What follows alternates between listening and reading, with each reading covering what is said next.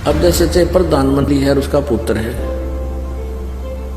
और सफर कर रहे हैं, एक्सीडेंट होने वाला है, हो गया, प्रधानमंत्री भी मर जाता है और परिवार भी मर जाता है, उसके सहयोगी भी मृत्यु को प्राप्त हो जाता है। तो हम कहने का भाव ये है दास का कि हम इन राजनेताओं और प्रधानमंत्री को तो समर्थ शक्ति मानते हैं, इसलिए इनके पीछे पीछे चक्कर काटे हैं। सन 2005 में हरियाणा का की जो है ना नई सरकार आई, उसमें 2 कैबिनेट मिनिस्टर शपथ लिए थे, उन्हें महीना 20 दिन हुआ था, हेलीकॉप्टर से जा रहे थे, क्रैश हो जाने से दोनों मर गए। एक कैबिनेट था पोलैंड का, पूरा कैबिनेट यानी पूरी उसकी सारे मंत्री, महामंत्री, राष्ट्रपति सारे एक ही विमान दुर्घटना में खत्म हो गए। एक मई जा रहे थे, आंध्र प्रदेश के मुख्यमंत्री जी थे, हेलीकॉप्टर के क्रैश हो जाने से इसी जगह मेरा को पानी ना पाया।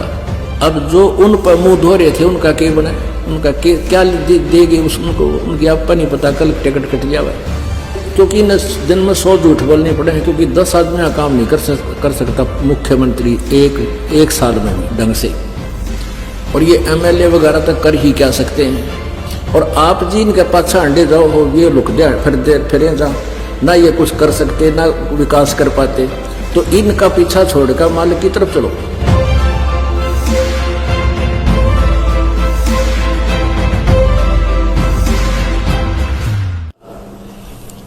अब जैसे प्रधानमंत्री है और उसका पुत्र है और सफर कर रहे हैं, एक्सीडेंट होने वाला है, हो गया, प्रधानमंत्री भी मर जाता है और परिवार भी मर जाता है, उसके सहयोगी भी मृत्यु को प्राप्त हो जाते हैं। तो हम कहने का भाव ये है दास का कि हम इन राजनेताओं और प्रधानमंत्री को तो समर्थ शक्ति मानते हैं, इसलिए इनके पीछे पीछे चक्कर काटे हैं। और यदि हम परमात्मा जो सबका रक्षक है, सबका दाता है, उनको भूल के हम इस आन क्रियाओं में फंस गए और वहां से कोई लाभ नहीं होता। इसलिए हम एक तो उन राजनेताओं को वादा करते हैं उनका वो विकास कार्य करें, तो हमारे किसी जुगाड़ जूड़ में लगे रहे। आप परमात्मा की तरफ चलो। राजा होना आवश्यक है, पर नेक हो, नीतिवान हो, धार्मिक हो, भगवान से डरने वाला हो, तो राजा तो आवश्यक है, क्योंकि जैसे खेत में बाढ़ आवश्यक होती है, नहीं तो डांगर खराब कर देते हैं, तो ऐसे निकम्मी आत्माओं के लिए राजा होता है, अच्छी आत्माओं को सुरक्षा रखता है। और जो राजा ही दुष्ट होता है वो अच्छी आत्माओं को दुखी करता है और नेकों को पालता है, तो वो महान नीच व्यक्ति होता है। तो राजा का होना आवश्यक है, लेकिन भगवान ही करे, हमारा सब कुछ परमात्मा ही करे और करता है, निमित्त वो किसी को भी बनाए, ये याद रख लेना। तो हमने मालिक पर ज्यादा ध्यान देना है और इन राजनेताओं के उपग्रह बनने की कति आवश्यकता नहीं, ये सत्कर मान लेना। एक बहुत से उदाहरण है, जैसे सन 2005 में हरियाणा का की जो है ना नई सरकार आई, उसमें 2 कैबिनेट मिनिस्टर शपथ लिए थे, उन्हें महीना 20 दिन हुआ था, हेलीकॉप्टर से जा रहे थे, क्रैश हो जाने से दोनों मर गए। अब जो उन पर मुंह धो रहे थे उनका क्या बना, उनका क्या देगी उनको, उनकी आपका नहीं पता, कल टिकट कट जावा।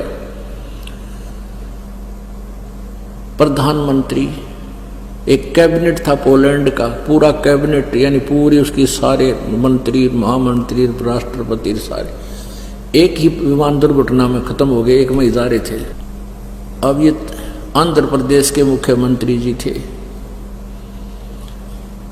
हेलीकॉप्टर के क्रैश हो जाने से इसी जगह मेरा को पानी ना पाया।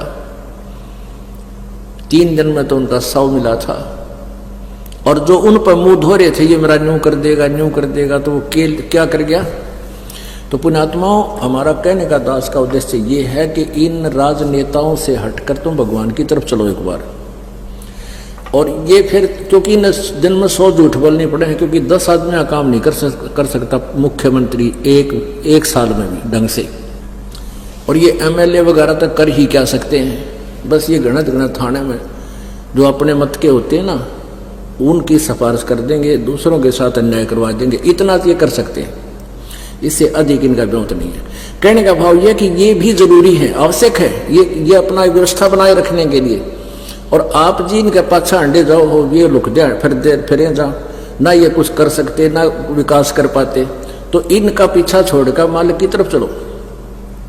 अब जैसे एक राजा था, वो विशेष बात होती है जिसके पास थोड़ा सा शारीरिक सुख हो जाए और घर में भी सुख हो, 2 पैसे हो जाए, वो बकवाद कराया करे। राजा लोग पहले शिकार खेलने जाया करते, यानी अपनी वो पहले तीर तैयार होया करते उन दोनों, तो ऐसे अपनी तीर प्रैक्टिस भी करते थे और मृगों को, जंगली जानवरों को मारते थे निशाने ले लेकर, और फिर उनको घसीट लाते थे। वो कुछ शेर शार रखा करते चिड़िया घर में, वहां डाल देते, कुछ आप खा लेते।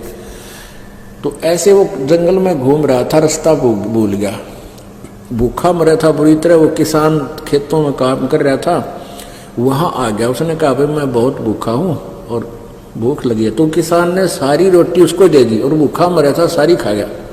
तो जब चलने लगा उस राजा ने कहा भाई मैं राजा हूं इस नगरी का, तेरा उपकार मैं भूल नहीं सकता, आपने मेरी जान बचाई है, ये मेरा कार्ड ले, और जब भी तू मुझे मिलने आवे मेरे पास आना, सीधा आ जाएगा, तुझे कोई नहीं टोकेगा।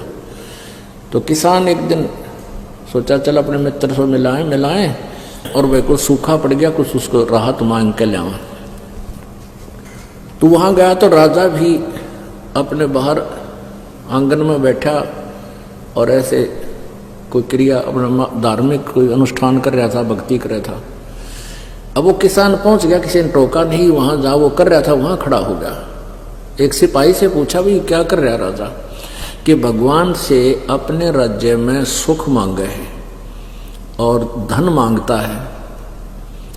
तो किसान बोला अरे तेरा गजब हुए, मैं तो भिखारी के पास आ गया, उल्टा ही चल पड़ा कि मैं तो इस तो मांग रहा था, यू आप भिखारी पाया मैंने, तो मैं उसी से क्यों ना मांग लूं जिससे ये मांग रहा है। वापस आ गया। तो पुण्यात्मा ये कोड वर्ड है, न समझ लेना। अब धक्के क्यों खा रहे हैं, दुखी क्यों हो रहे हैं, हम भगवान से दूर हो गए, वो परमात्मा हमें मिला नहीं जिससे हम प्रारब्ध से न्यारा भी मांगेंगे तो भी हमें देगा, वो कबीर गॉड है। ये परमात्मा कबीर जी हैं, कबीर साहब हैं।